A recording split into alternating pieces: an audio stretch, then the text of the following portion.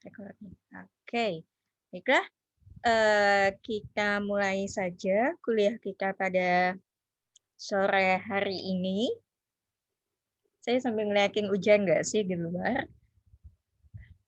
Jadi, a little housekeeping stuff seperti biasa. Untuk daftar hadir itu bisa diisi di ini masing-masing, di portal akademik masing-masing. Kayak minggu-minggu kemarin juga lah ya. Tapi saya lihat dari pertemuan pertama udah pada ngisi semua, jadi tidak ada masalah. Kemudian untuk PPT dari materi kuliah kita hari ini, saya tumben-tumbenan bisa upload sebelum kuliah, tumben saya rajin. Sudah saya upload juga di e-learning Simari, jadi mungkin ada yang mau sambil nyatet di sana apa gimana. Anyway, untuk materi hari ini, kalau kemarin kita sudah berbicara tentang apa itu lahan basah, definisinya apa, signifikansinya apa sih namanya, apa saja pentingnya lahan basah bagi kita, manfaatnya seperti apa. Untuk materi kali ini, kita akan membahas mengenai parameter kualitas perairan. Nah, parameter kualitas perairan. Ada kimianya sedikit deh ya. Tadi saya udah ngitungin nggak terlalu banyak kok ininya. Apa sih namanya? Rumus-rumus kimianya nggak banyak. Tenang aja. Tapi anak farmasi juga akan ketemu rumus kimia sih ya. Tenang aja. Anyway, jadi kalau untuk yang sebelah sini, saya pikir tidak perlu penjelasan yang terlalu panjang lebar deh ya, kalau yang namanya air itu memang merupakan salah satu komponen yang sangat esensial dalam kehidupan. Nah, ini mah udah sejak SD, dari dulu diajarin air itu digunakan untuk apa saja, segala macam. Tentu saja yang namanya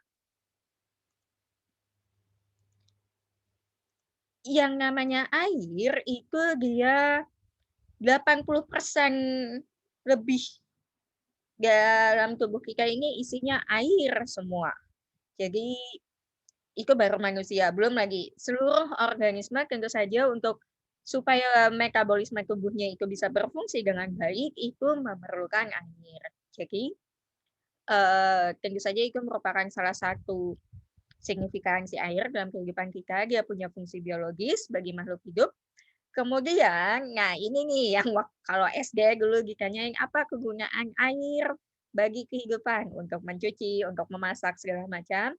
Tapi pada intinya salah satu fungsinya juga itu adalah dengan kata lain air itu digunakan untuk berbagai kebutuhan konsumsi kita, entah itu untuk memasak dan segala macam, kemudian juga kebutuhan konsumsi lainnya.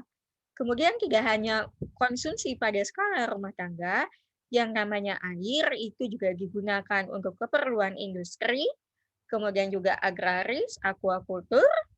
Nah, kemudian mungkin mungkin ada yang sudah pernah dengar, mungkin ada yang baru sekali ini lihat yang namanya siklus biogeokimiawi. Kok cepat sekali. Nah, siklus biogeokimiawi. Air tentu saja ini merupakan salah satu komponen yang tidak bisa lepas dari siklus biogeokimiawi. Apa itu siklus biogeokimiawi? Siklus biogeokimiawi ini menunjukkan bagaimana suatu unsur dan atau senyawa itu mengalami perubahan-perubahan selama dia berpindah dari satu kompartemen ke kompartemen lingkungan lainnya. Jadi, siklus biogeokimiawi itu menunjukkan bagaimana suatu unsur atau senyawa itu mengalami perubahan saat dia berpindah dari satu kompartemen lingkungan ke kompartemen lingkungan yang lain. Contohnya apa? Kayak siklus karbon misalnya, kemudian siklus nitrogen. Kenapa dikatakan siklus biogeokimiawi? Jadi gini deh, yang namanya suatu unsur Ini kalau misalnya dulu waktu SMA pernah belajar kimia, saya lupa pelajarannya kimia atau fisika, saya lupa. Tapi pernah kan belajar yang namanya hukum kekekalan massa.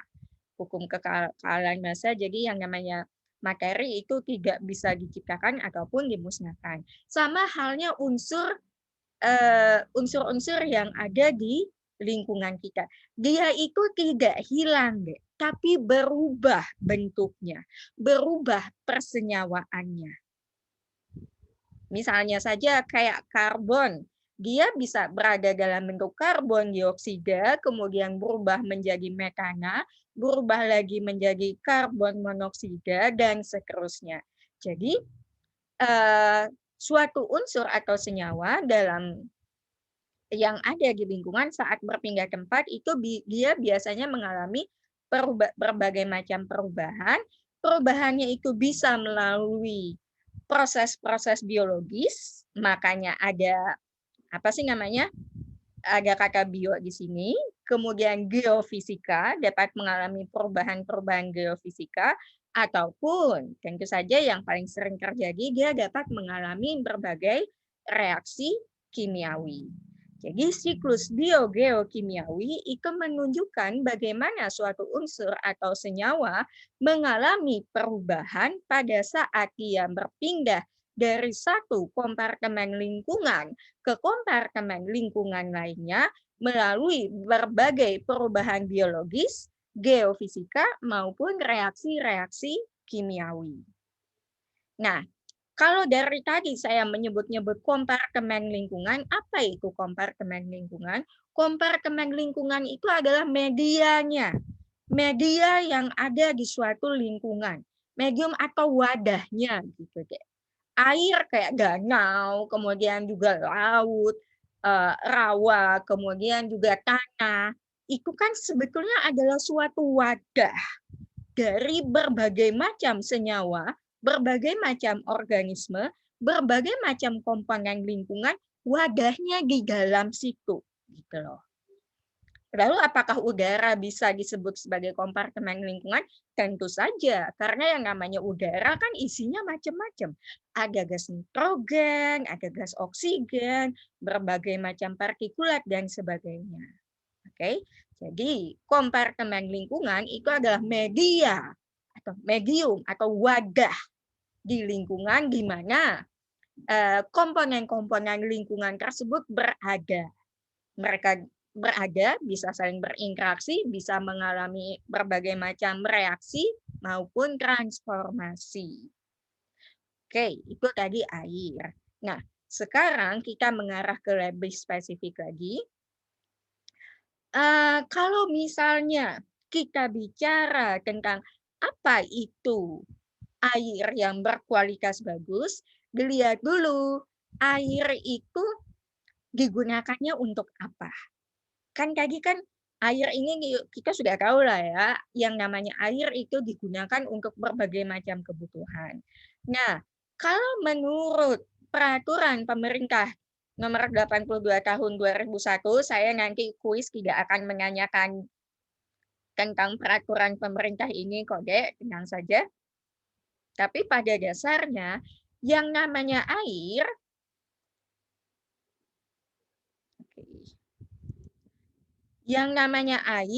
itu dapat diklasifikasikan menjadi 4 macam golongan. Penggolongan air berdasarkan PP nomor 82 tahun 2001 ini dapat dibedakan menjadi 4 golongan berdasarkan dia mau kita gunakan untuk apa. Kelas 1 atau golongan pertama itu adalah air yang dapat digunakan sebagai bahan baku untuk air minum atau air baku. Nah, jadi kayak gini, kalau misalnya di rumah atau di kosannya pakai ledeng, pakai PDAM, PDAM itu kan mengolah air supaya dapat dikonsumsi, ya kan? Nah, sumber air yang mereka gunakan itu mereka harus menggunakan air yang memenuhi kriteria kelas 1, yaitu air yang kualitasnya layak untuk dapat digunakan sebagai bahan baku air minum. Bahan baku loh ya. Keyword here, bahan baku. Jadi tetap saja harus diolah terlebih dahulu sebelum bisa diminum. Nah, kemudian air golongan 2 itu adalah air yang digunakan untuk rekreasi air, misalnya air kolam renang, atau kemudian juga bisa digunakan untuk budidaya air tawar, jadi untuk tambak segala macam, peternakan dan pertanian. Kemudian air golongan 3 juga biasanya digunakan untuk yang digunakan untuk pertanian. Pokoknya kalau misalnya kuis nanti saya tanya, saya tidak akan nanya nomor aturannya nomor berapa. Paling yang saya tanyakan, kalau menurut peraturan pemerintah, air golongan berapa yang layak digunakan sebagai air baku?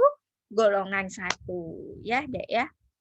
Nah, karena peruntukannya itu berbeda, maka tentu saja kualitas air untuk masing-masing peruntukannya ini berbeda-beda.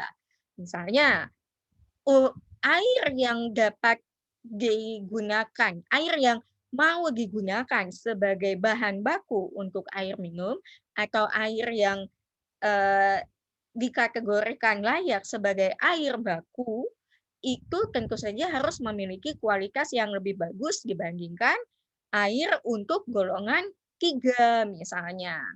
Nah, misalnya nanya, Bu, kalau misalnya air golongan 1 lalu bisa nggak saya gunakan untuk keperluan pertanian? Ya bisa sih, Dek, silakan. Tapi kan sayang gitu loh. Buat apa kamu menggunakan air yang kualitasnya level atas untuk keperluan-keperluan yang sebetulnya tidak perlu kualifikasi seperti itu, gitu loh. Nah, kemudian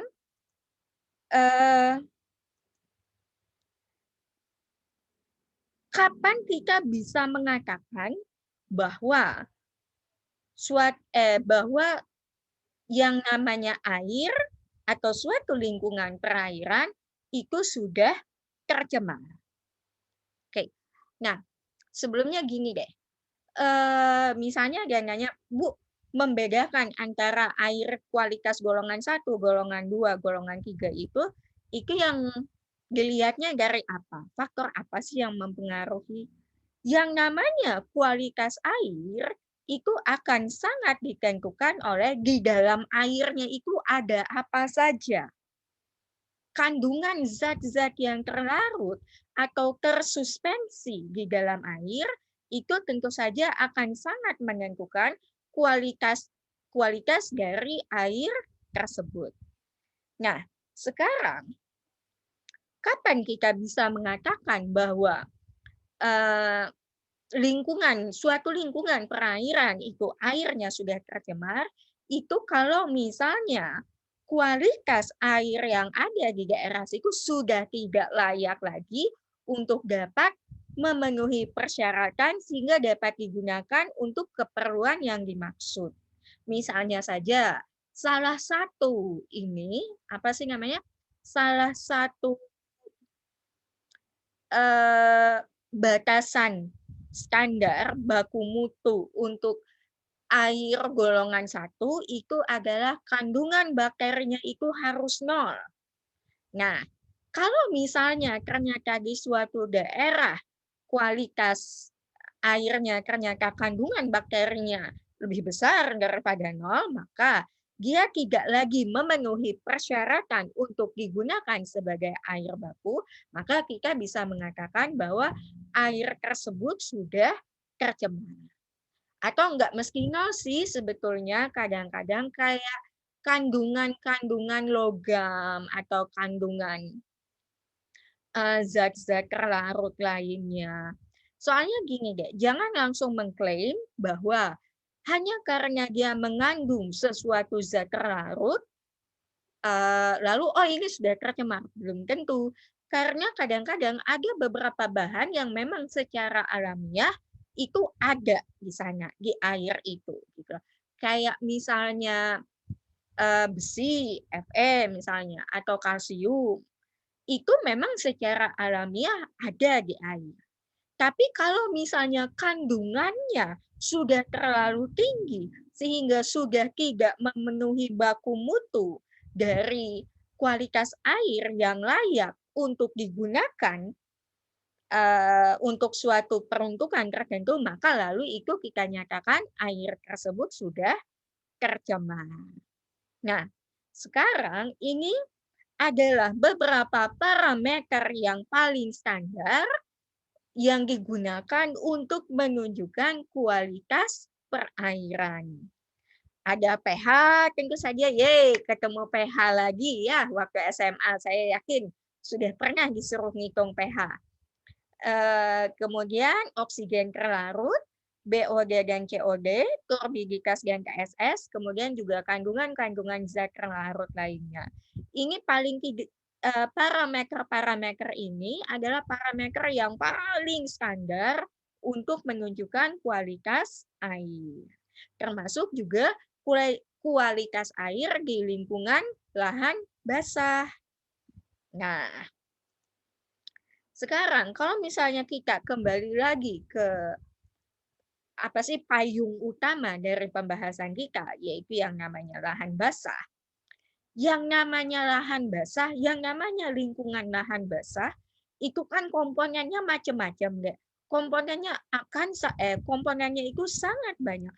Ada komponen biologisnya, ada komponen fisika, ada komponen biotik dan abiotik, ada vegetasinya, ada hewan-hewan yang tumbuh, hewan yang tinggal di sana, kemudian kualitas tanahnya bagaimana, kualitas airnya bagaimana, dan semua itu merupakan suatu sistem yang sangat kompleks. Kenapa? Karena mereka saling berinteraksi satu sama lain. Mereka saling berinteraksi sehingga karena adanya interaksi ini lalu saling bergantung satu sama lain. Kalau satu komponen itu mengalami gangguan, maka komponen yang lain itu juga dapat ikut terganggu. Kalau misalnya katakanlah kualitas perairan di suatu lingkungan lahan basah itu mengalami gangguan, mengalami kerusakan, maka vegetasi yang tumbuh dan mengandalkan airnya itu lalu ikut terganggu. Hewan-hewan yang tinggal di sana itu lalu ikut terganggu juga karena kualitas air yang mereka konsumsi itu terganggu. Kualitas tanahnya karena misalnya kualitas airnya menurun, padahal tanahnya sendiri, masih ingat tidak kemarin minggu lalu salah satu karakteristik tanah di lingkungan lahan basah itu apa? Jenuh dengan air. Kalau misalnya air yang dia kandung di dalam tanah itu sendiri sudah mengalami penurunan kualitas, tentu saja lalu kualitas atau kondisi tanah di lingkungan lahan basah itu juga lalu ikut terganggu juga.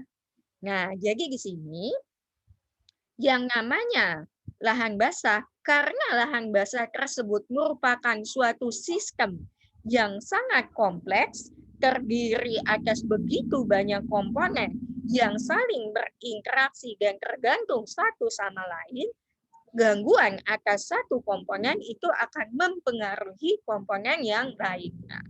Kalau ada satu yang terganggu, kalau ada satu komponen yang terganggu, maka otomatis keseimbangannya itu jadi ikut terganggu, ya kan?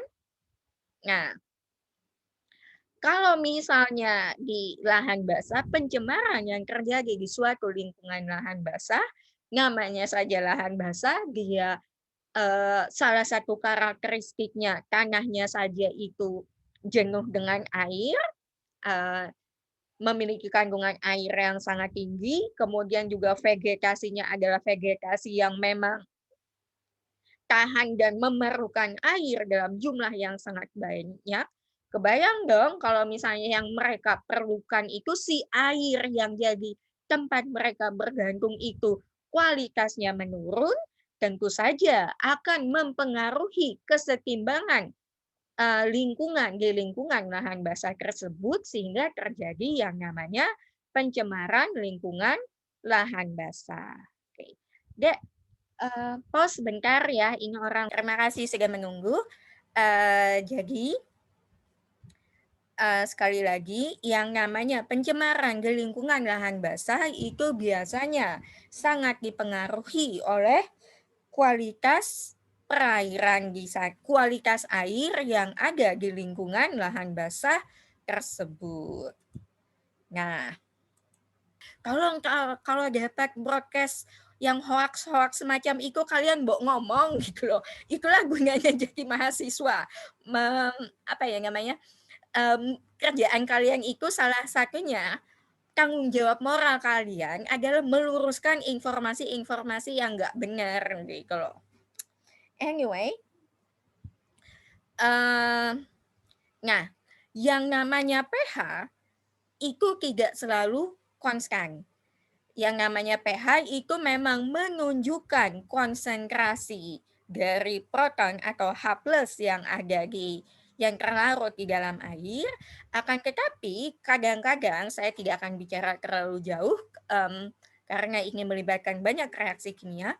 Tapi kadang-kadang ada beberapa komponen yang kalau misalnya dia terlarut di dalam air, itu dapat condong mendorong pH hingga bergeser menjadi semakin asam atau semakin basah.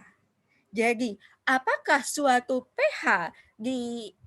pH perairan di suatu lingkungan itu dapat berubah?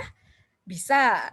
Kalau apa? Kalau misalnya ketambahan senyawa-senyawa terlarut yang dapat mengubah pH di lingkungan tersebut. Kayak minggu lalu kemarin ada yang nanya bagaimana caranya Bu supaya tanah gambut itu bisa ditanami, karakteristiknya seperti apa tanah gambut. Kemarin sudah ada yang jawab dia tanahnya masam Bu. Masam artinya kan pH-nya itu rendah. Supaya tidak asam lagi, kita tambah yang sifatnya basah, ditambahi kapur, kalsium karbonat.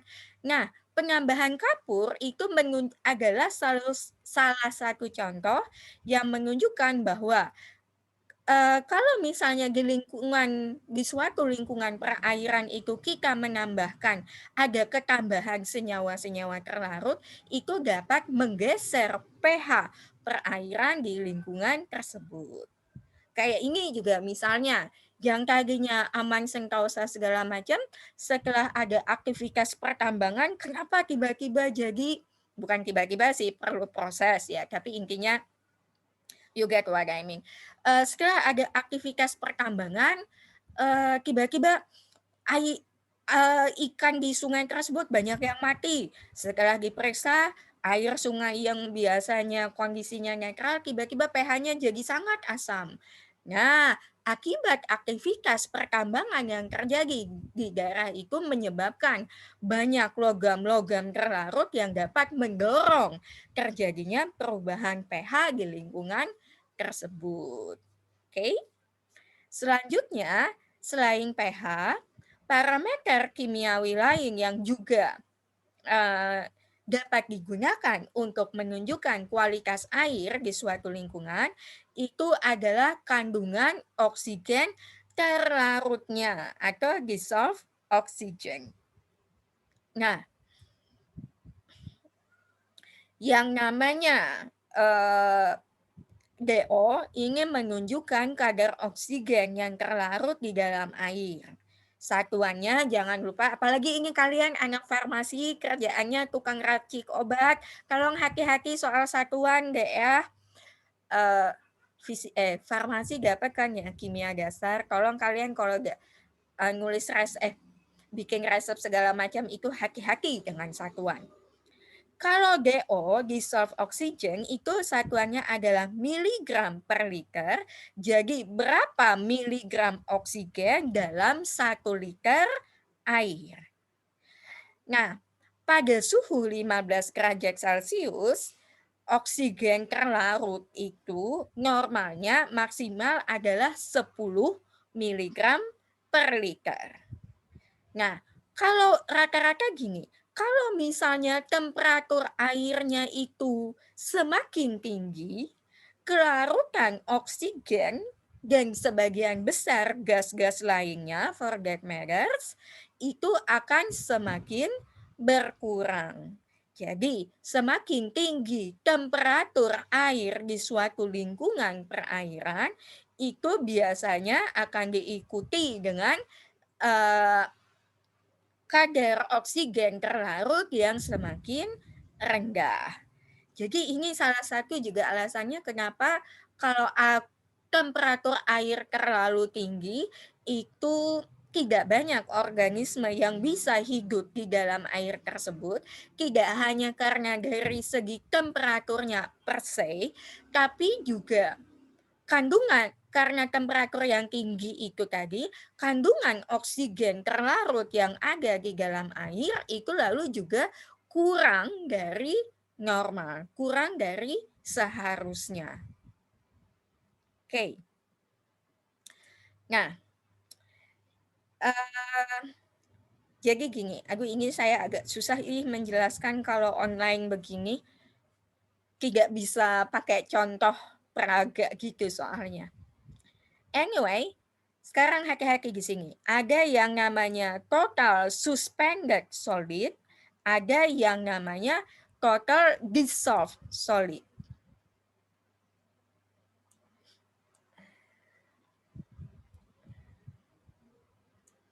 Nah, ada total padatan tersuspensi, kalau TSS ini suspended, ada total padatan terlarut. TSS atau total suspended solid tentu saja ini menunjukkan banyaknya senyawa yang tersuspensi di dalam suatu badan air. Kalau dissolve ini artinya terlarut. Ini menunjukkan banyaknya padatan yang terlarut di dalam air. Apa bedanya antara tersuspensi dengan terlarut? Ada yang ingat tidak? Izin menjawab, Bu. Ya, gimana? Nama saya Salsabila Zahra. Kalau menurut saya, kalau tersuspensi itu tidak larut, Bu, tapi terdispersi saja. Kalau terlarut itu berarti sudah larut sepenuhnya, Bu. Terima kasih, Bu. Oke, good. Membedakan antara terlarut sepenuhnya itu jadi gimana, Dek? Kamu bisa mengatakan bahwa dia terlarut itu gimana? Kelihatan dari apa? Kalau terlarut itu berarti tidak ada partikel yang terlihat, Bu. Kayak sepenuhnya terlarut gitu, Bu. Oke, good. Bagus. Jadi kalau dilihat dari visual saja deh ya, seperti yang disebutkan Salsabila tadi, kalau dia terlarut, ukuran partikelnya itu lalu sudah tidak lagi nampak secara visual. Walaupun mungkin jadi ada perubahan warna segala macam ya. Tapi kalau tersuspensi, dia mengendap enggak.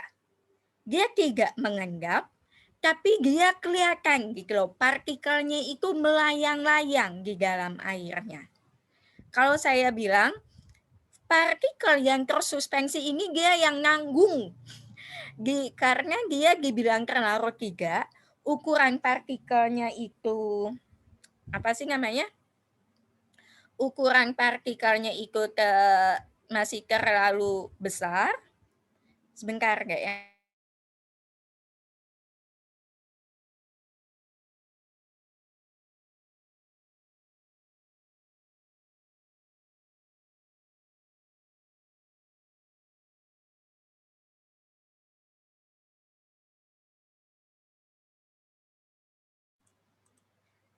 Oke, beda dengan kalau misalnya partikelnya terlarut. Partikel yang terlarut itu jelas secara visual kita udah nggak kelihatan lagi. Kayak garam aja misalnya. Kalau kita larutkan, ya kalau sudah larut kan kita nggak bisa lihat lagi. Ini mana nih garam yang tadi 1 sendok saya masukkan di ucluk-ucluk gitu. Sudah nggak kelihatan lagi kan. Nah, itu bedanya antara tersuspensi dengan terdissolve dengan terlarut. Nah, sebagai salah satu patokan umum, biasanya kalau tersuspensi itu ukurannya antara 2 sampai 10 mikron, kalau lebih kecil dari 2 mikron, itu dikatakan terlarut. Nah, kemudian perbedaan ininya juga lalu kita gunakan sebagai perbedaan ukuran ini lalu digunakan sebagai salah satu basis untuk mengukur banyaknya TSS dan TDS ini tadi. Bagaimana caranya mengukur TSS? Pakai metode yang namanya gravimetri. Saya nggak tahu kurikulumnya, tapi mudah-mudahan mungkin kalian sudah atau akan mendapatkan materi tentang analisis, kimia analisis, ada yang namanya metode gravimetri. Gravimetri itu metode analisis kuantitatif dengan cara ditimbang. Jadi kalau ngukur TSS itu deh, apa sih namanya? Sampel airnya ini disaring pakai kertas saring. Pakai kertas saringnya ini ada, kalau saya tidak salah pakai Wattman nomor 42 apa 90 gitu loh. Nah, kemudian yang sudah disaring tadi otomatis kan yang tersuspensi itu tadi apa sih namanya? Akan tertahan di kertas saringnya. Kemudian kertas saringnya ini dikeringkan di oven, lalu setelah kering itu kertas saringnya ditimbang. Kemudian kita bandingkan selisih antara berat kertas saring yang sudah menampung partikel TSS tadi dibandingkan dengan berat kertas saring mula-mula. Selisihnya itu adalah banyaknya kandungan padatan tersuspensi yang ada di larutan tersebut. Oke, jadi kalau TSS itu mengukurnya gimana? Sampelnya kita punya kertas saring, kita timbang dulu kertas saringnya itu beratnya kalau kosong berapa nih, kalau belum diapa-apain si kertas saring ini dicatat. Kemudian kertas saring tersebut kita pakai untuk menyaring sampel air yang ingin kita ukur TSS-nya. Kalau sudah kita saring, jadi kan partikel tersuspensinya sekarang tertinggal di kertas saring itu. Kertas saringnya lalu kita keringkan di dalam oven sampai beratnya konstan. Logikanya kan pertambahan. Kemudian setelah kering itu kertas saringnya ditimbang, lalu dibandingkan selisihnya, selisih beratnya dengan berat kertas saring mula-mula. Jadi logikanya kan selisih berat kertas ukuran pori-porinya itu lebih kecil sehingga kita lalu mendapatkan padatan yang tadinya terlarut tertahan di kertas saring ini tadi. Sama kayak tadi, kertas saringnya ini lalu dikeringkan kemudian ditimbang, selisih antara berat kertas saring setelah digunakan untuk menyaring sampel dengan berat kertas saring mula-mula, itulah TDS-nya. Misalnya nih ada yang nanya, waduh Bu kan ribet, belum lagi kan kalau misalnya kan betul-betul terlarut Bu, kalau misalnya masih lolos dari kertas saringnya gimana? Nah, oleh karena itu selain metode gravimetri, ada juga yang namanya metode konduktometri. Konduktometri yang diukur adalah konduktivitas. Konduktivitas. Ada yang ingat konduktivitas itu apa? Apa yang dimaksud dengan konduktivitas?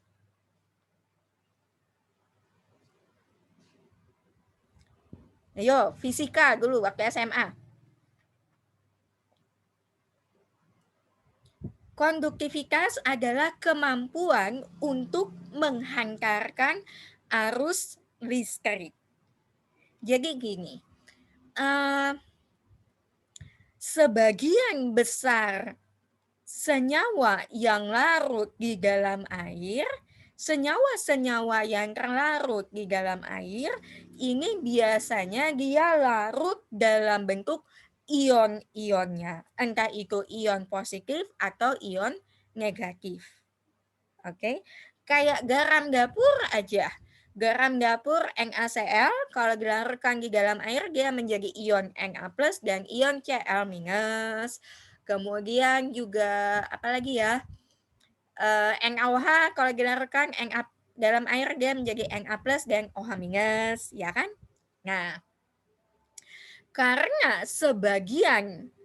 sebagian besar zat-zat terlarut di dalam air itu dia larut dalam bentuk senyawa ionik atau ion-ion. Dia larut dalam bentuk ion bermuatan positif ataupun ion bermuatan negatif, maka dia lalu memiliki kemampuan untuk menghantarkan arus listrik.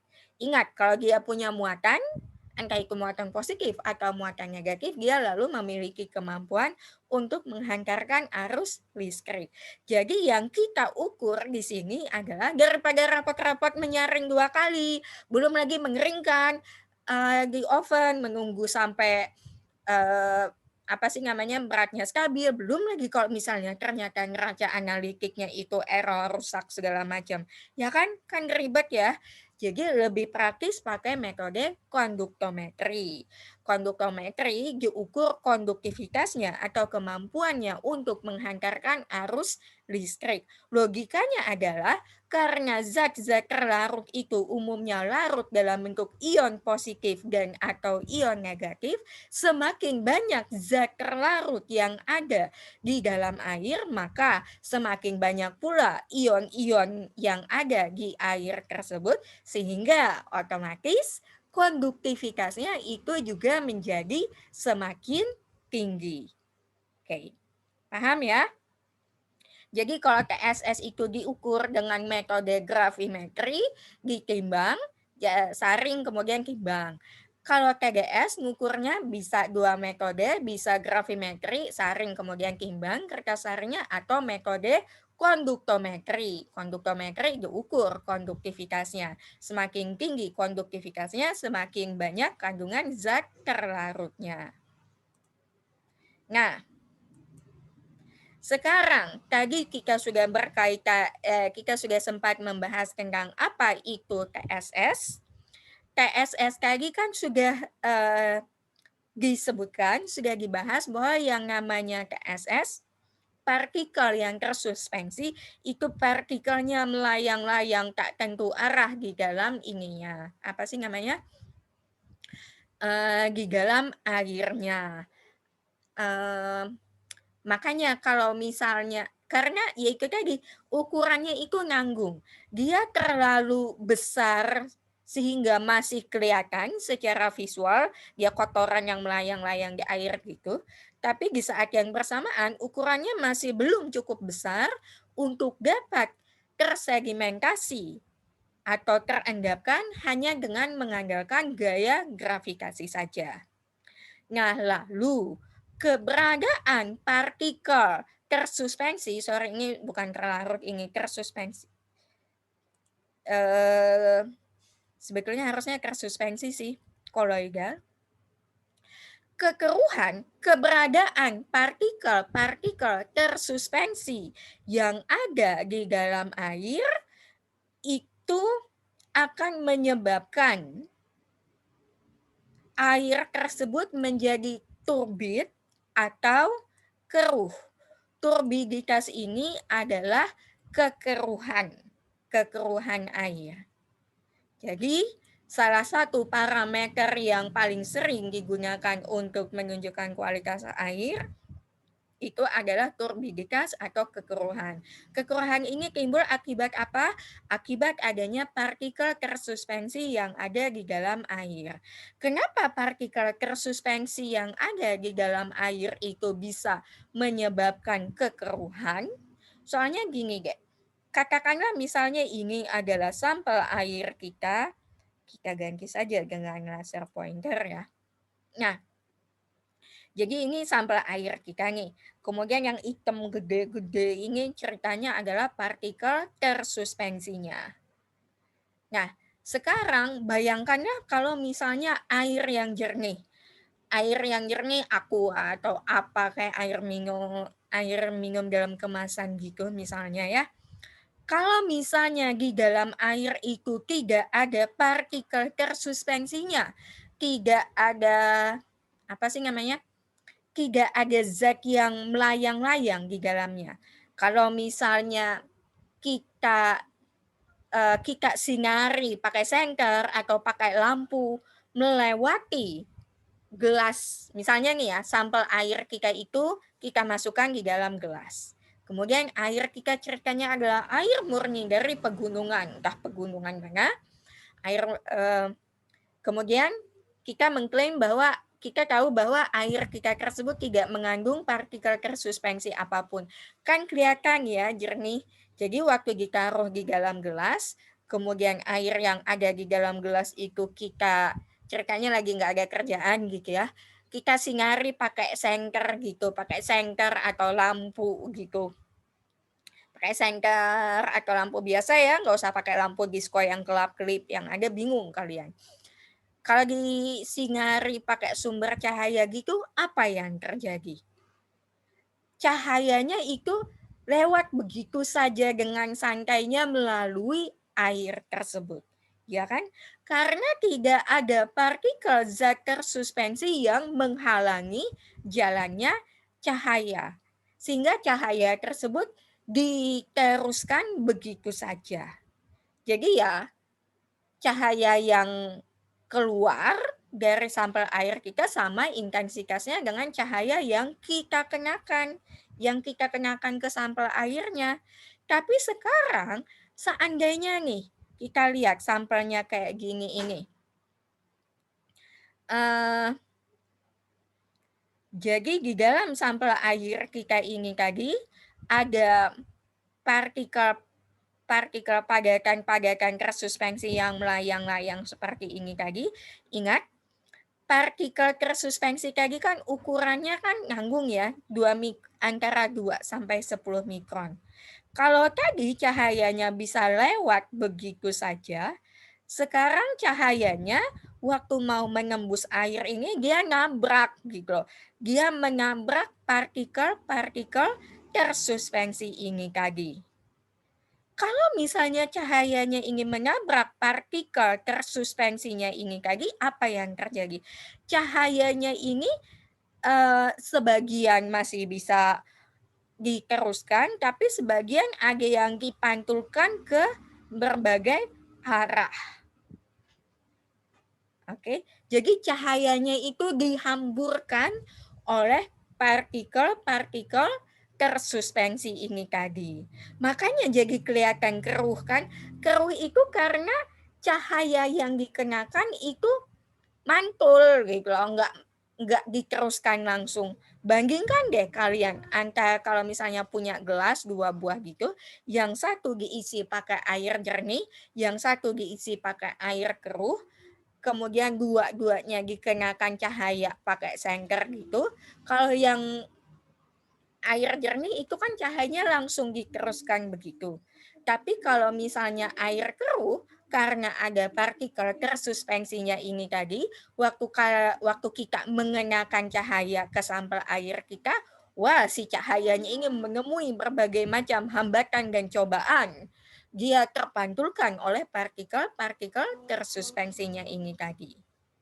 Oke, jadi turbiditas atau kekeruhan ini muncul karena partikel tersuspensi yang ada di dalam air ini tadi menghamburkan cahaya yang mengenainya.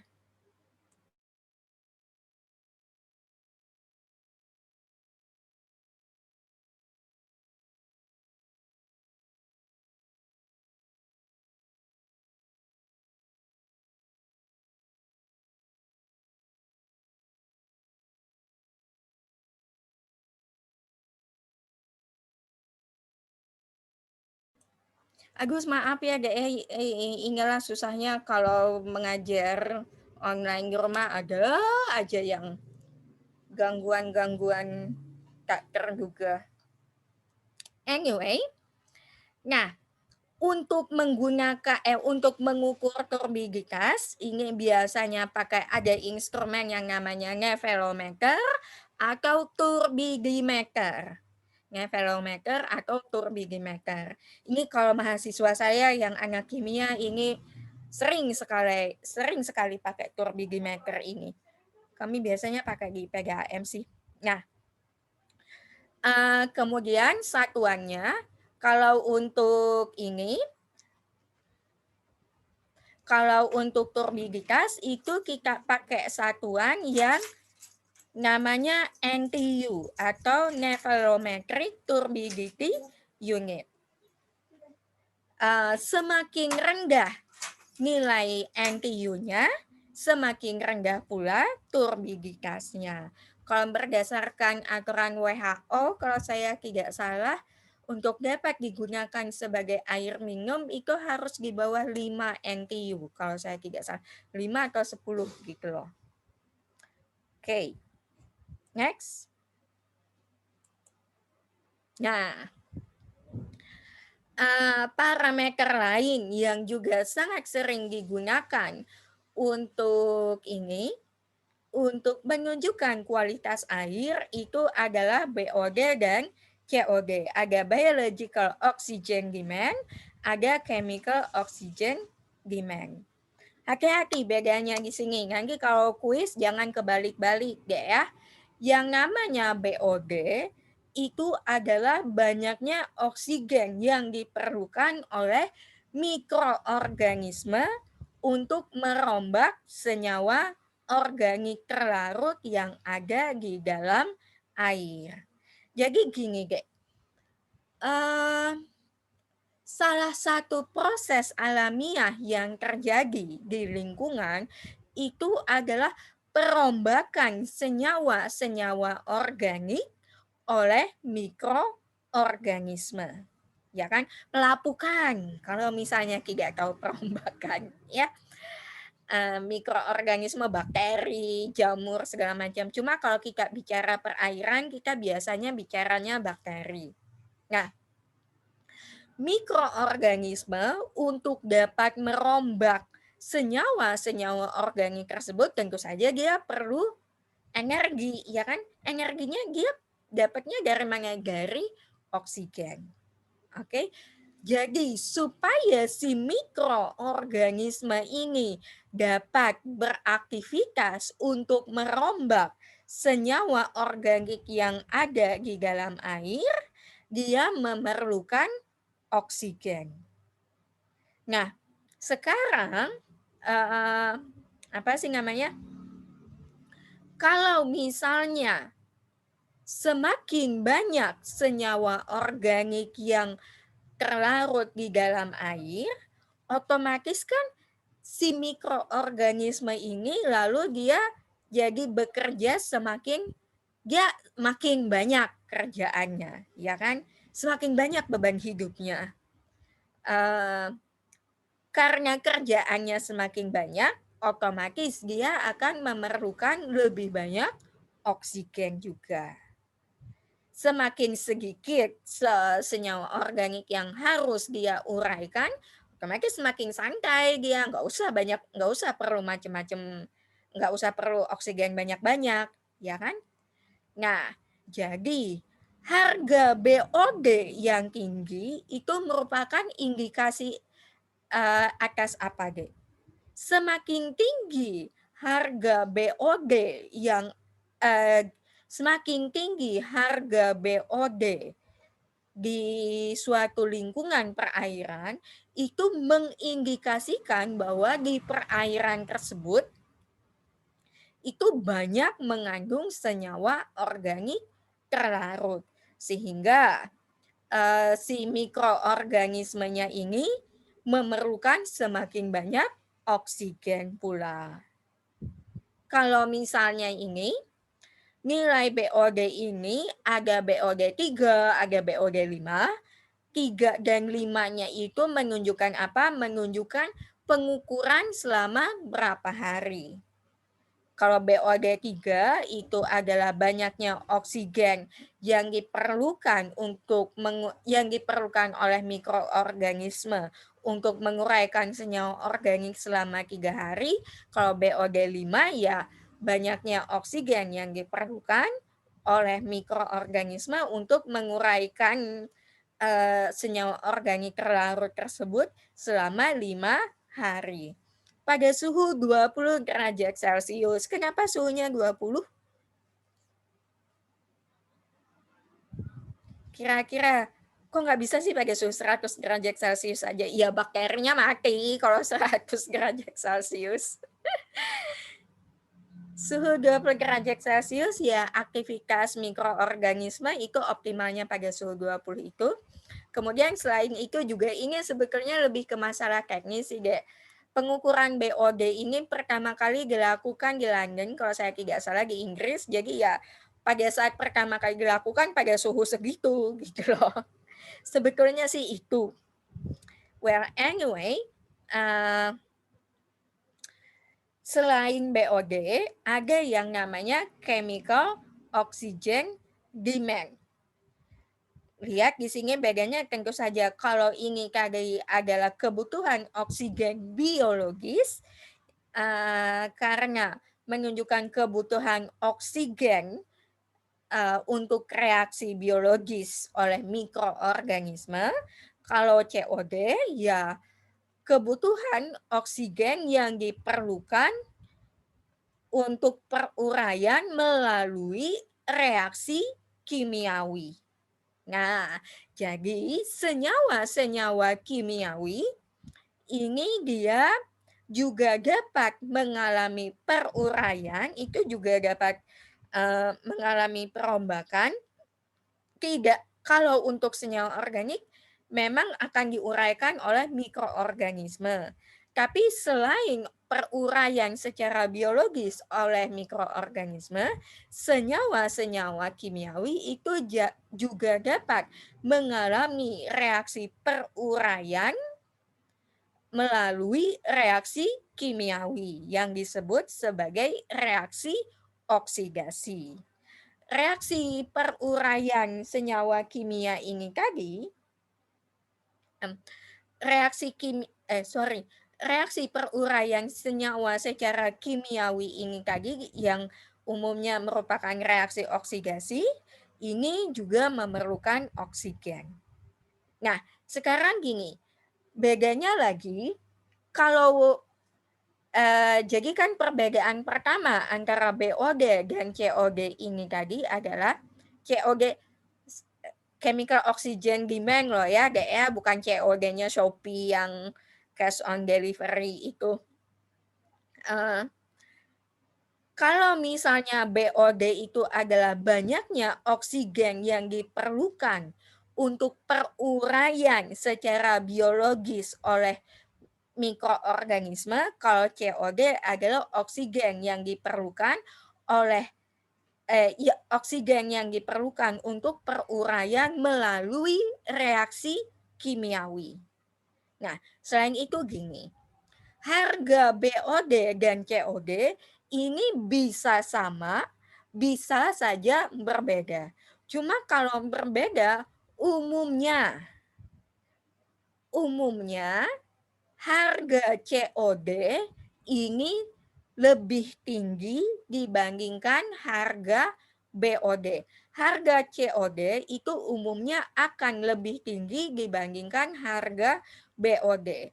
Kenapa seperti itu? Soalnya kalau untuk yang BOD ini reaksinya reaksi apa? Reaksi biologis oleh mikroorganisme. Mikroorganisme ini hanya dapat menguraikan sejumlah senyawa-senyawa organik saja. Dan senyawa-senyawa organiknya sendiri kan senyawa organik macam-macam enggak ya? Ingat nggak dulu belajar kimia organik waktu SMA? Ada yang rangkanya lurus saja, kalau lurus saja itu gampang ngasih namanya. Kemudian ada juga senyawa organik yang dia bercabang-cabang, terus ada yang segi 6, ada segi 5, segala macam. Ya kan?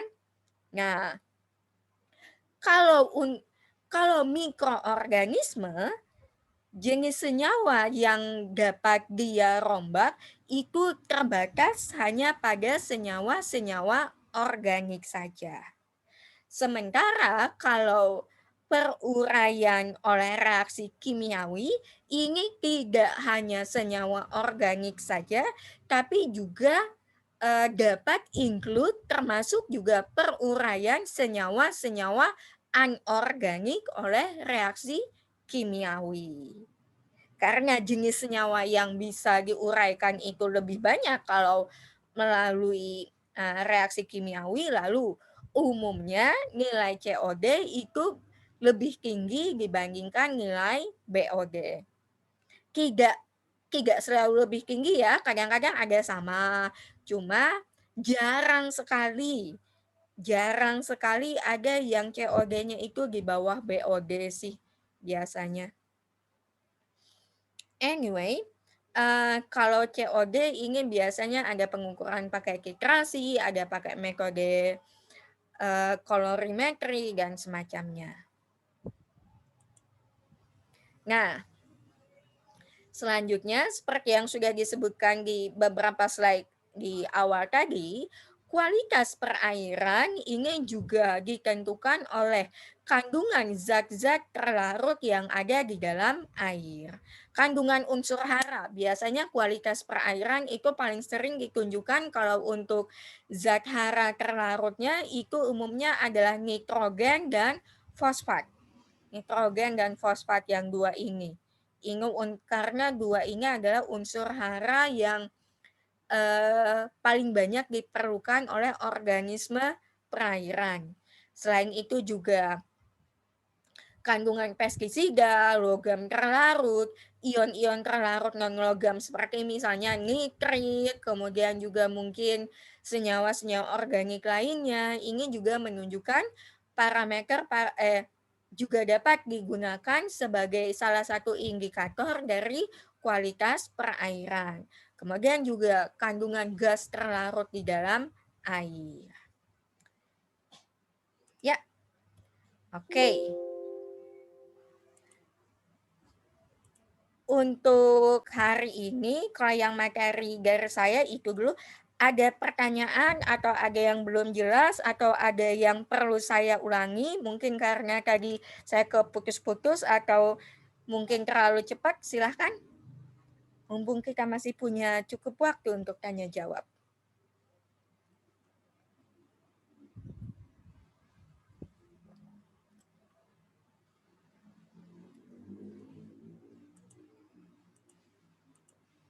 (76) Tadi kayaknya sinyalnya sempat down ya di daerah mana gitu, karena saya sempat lihat ini partisipannya turun jadi 60. Saya mikir ini rombongan keluar apa gimana, cuma bisa ke pelan-pelan naik lagi. Well, anyway, ada yang mau ditanyakan? Ada yang perlu saya konfirmasi atau saya ulangi? Atau ada tanggapan? Atau mungkin ada yang, Bu, saya pernah baca di sini kok seperti ini. Belum ada? Ini mudah-mudahan karena memang betul-betul mengerti ya, bukan karena jam segini sudah terkantuk-kantuk atau lapar lagi sambil nungguin tukang bakso lewat. Saya lagi nungguin tukang siomay lewat sebenarnya. Oh, oke. Oh, oke. Untuk aquaculture ini maksudnya ini, Dek. Peruntukan air ada untuk aquaculture, jadi untuk usaha budidaya hewan air, jadi kayak tambak udang, kemudian mungkin juga ada yang mau ternak lele, ya, paham? Oke. Ternak lele katanya lumayan loh keuntungannya. Just in case misalnya selain jadi apoteker mau nambah-nambah penghasilan, bisa sekalian ternak lele. Oke. Ada lagi? Oke. Kalau tidak ada yang ingin ditanyakan untuk saat ini, atau mungkin misalnya sekarang belum belum ada pertanyaan sih, tapi mungkin waktu lagi baca ulang catatannya, baru sadar, oh iya ya ini kemarin ini maksudnya si ibu teh apa gitu. Nggak apa-apa, bisa aja ditanyakan di pertemuan yang akan datang atau mau nanya ke saya langsung juga silahkan. Kalau tidak ada pertanyaan lagi, jangan lupa absen saya buka sampai jam 6 sore, jangan lupa diisi. Recording akan saya upload di YouTube kayak kemarin. Maaf ya yang minggu lalu saya agak telat 1-2 hari gitu karena sempat biasalah ya yang namanya IndiHome kadang-kadang menguji kesabaran kita sebagai umat manusia yang bertakwa. Jadi mudah-mudahan yang ini sudah bisa saya upload Rabu deh paling lambat, saya besok ada kerjaan soalnya. Kalau tidak ada pertanyaan lagi, kita akhiri kuliahnya sampai hari ini. Mudah-mudahan ini kalian sudah kelas terakhir ya, tidak ada lagi kuliah habis ini. Kasihan sekali kalau masih ada kuliah. Sayang banget. Terima kasih sudah berhadir. Wabillahi taufiq wal hidayah. Wassalamualaikum warahmatullahi wabarakatuh. Terima kasih. Waalaikumsalam warahmatullahi wabarakatuh. Terima kasih, Bu. Terima kasih, Bu. Terima kasih banyak, Bu.